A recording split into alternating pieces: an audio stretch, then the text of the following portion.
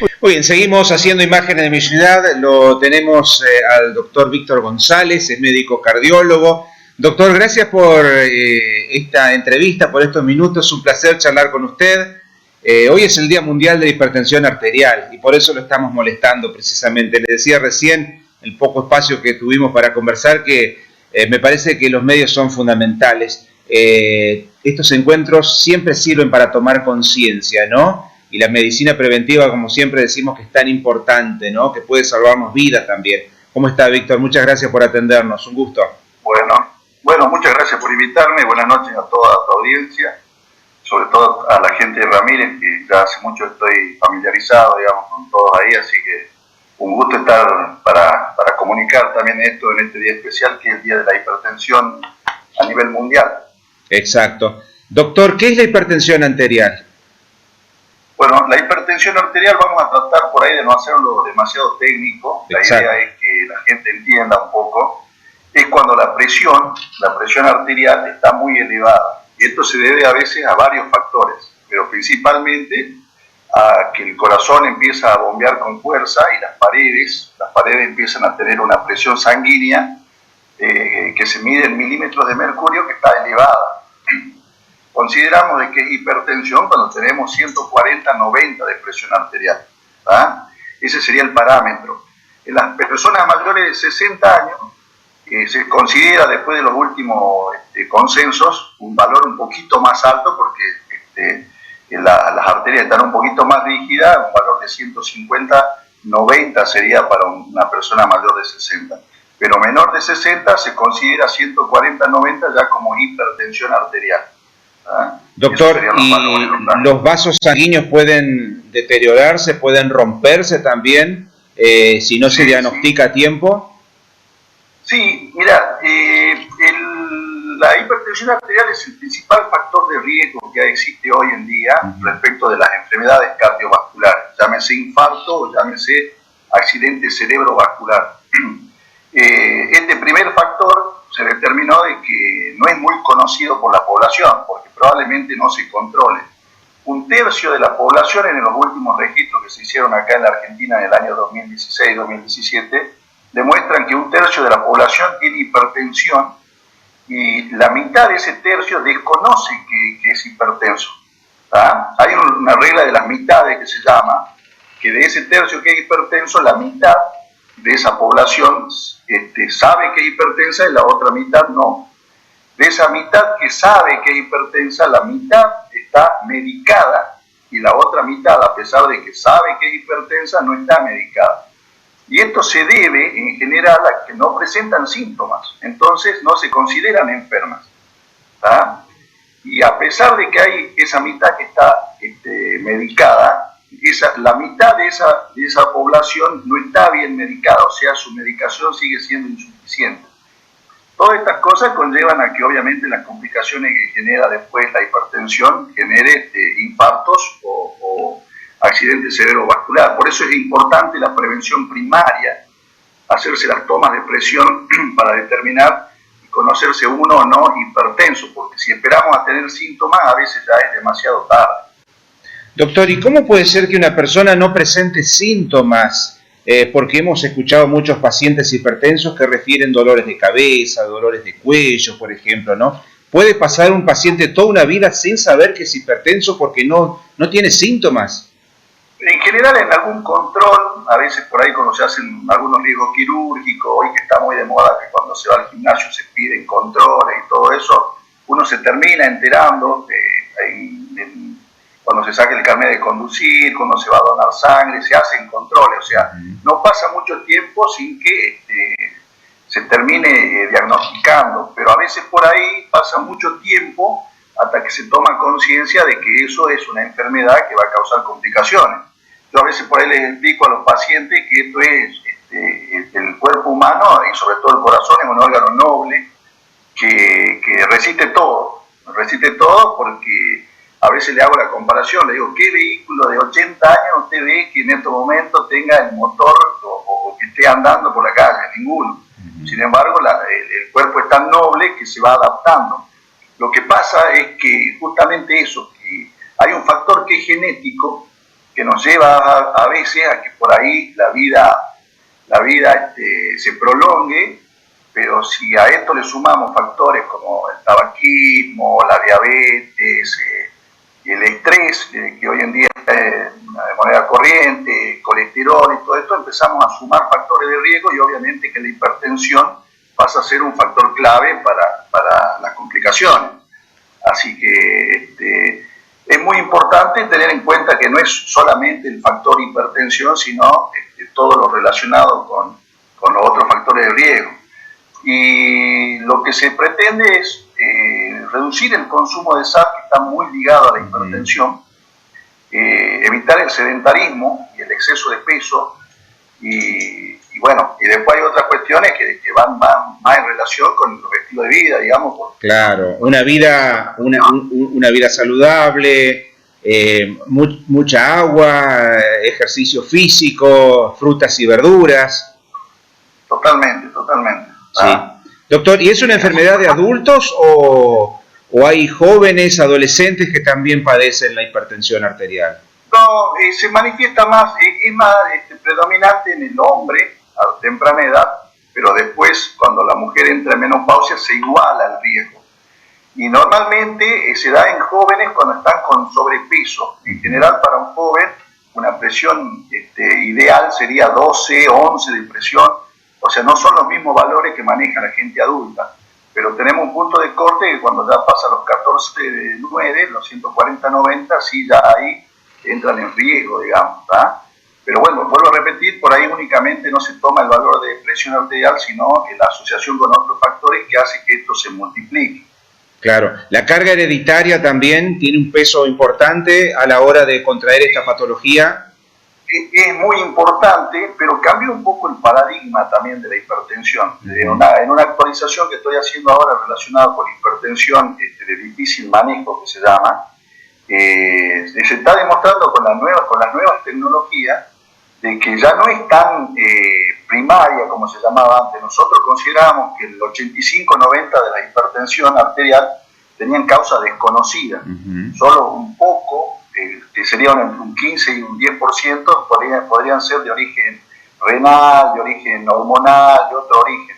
Pero con el tiempo y con las nuevas tecnologías nos estamos dando cuenta de que no, que hay que seguir buscando una causa, porque la hay más allá de lo hereditario. Más allá de lo hereditario hay. Y esto queda demostrado porque, por ejemplo, esto es sencillo de entender. Un paciente que es hipertenso y de repente recibe un riñón en un trasplante, recibe un riñón de un paciente sano, deja de ser hipertenso. Y un paciente sano que recibe un riñón de un paciente hipertenso pasa a ser hipertenso. Y ahí nos dimos cuenta que la función renal tiene mucho que ver con eso que antes para nosotros era desconocido. Esto es relativamente nuevo dentro de los nuevos consensos.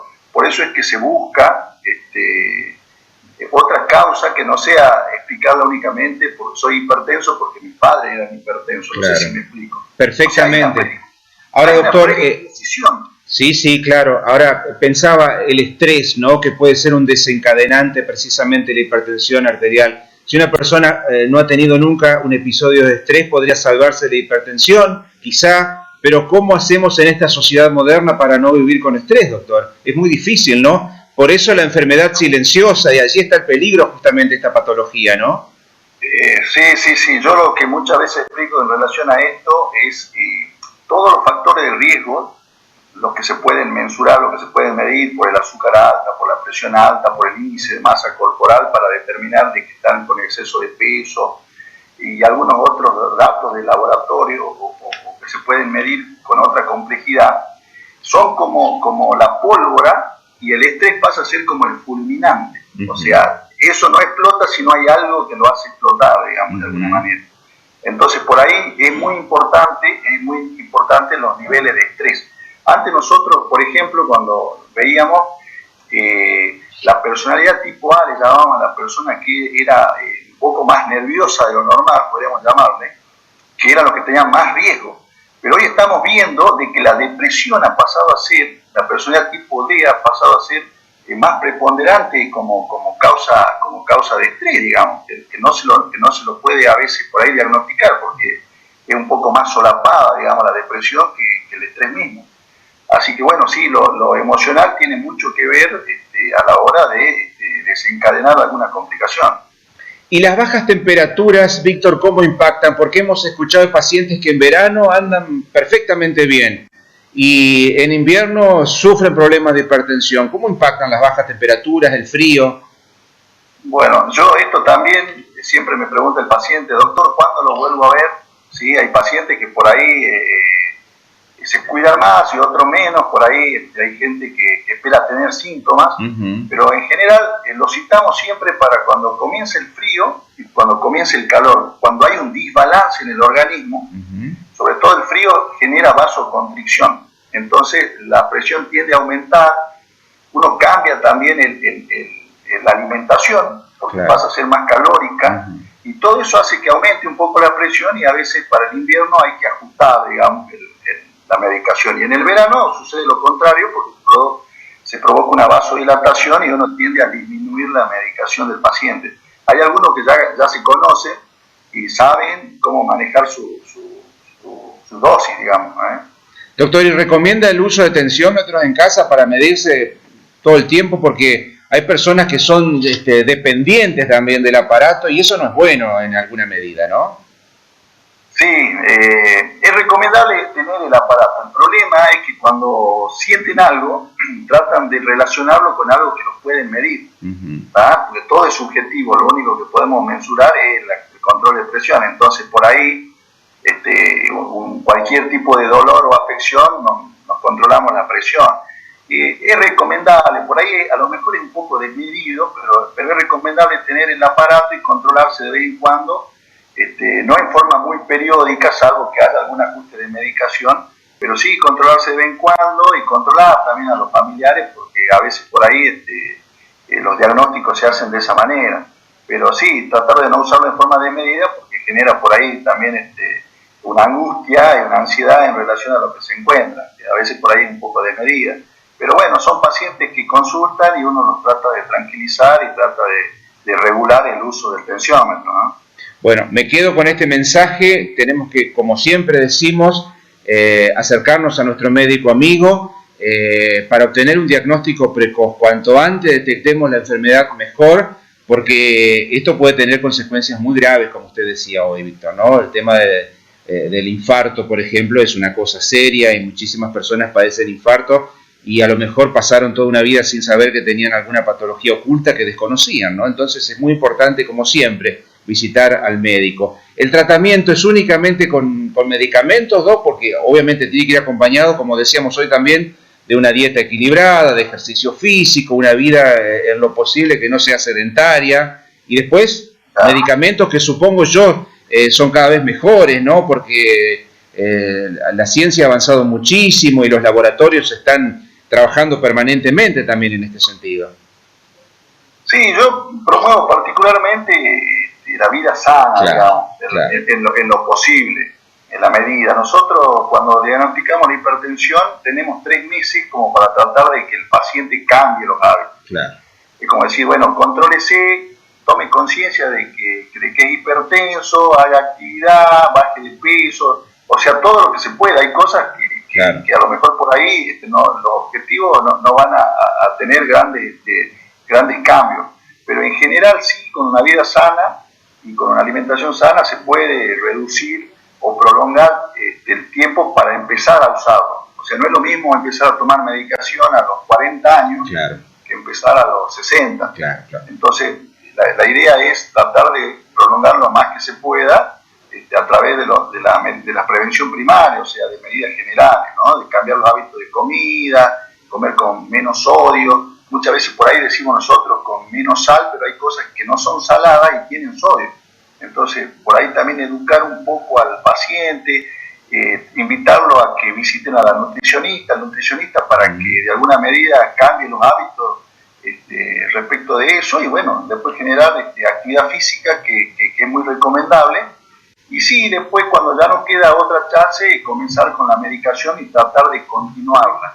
Porque se vio que la mayoría cuando logra estar estabilizado de la presión cree que se curó. El problema es que esto no sucede así, el problema es que está controlado bajo la medicación. Es una enfermedad crónica, no tiene cura.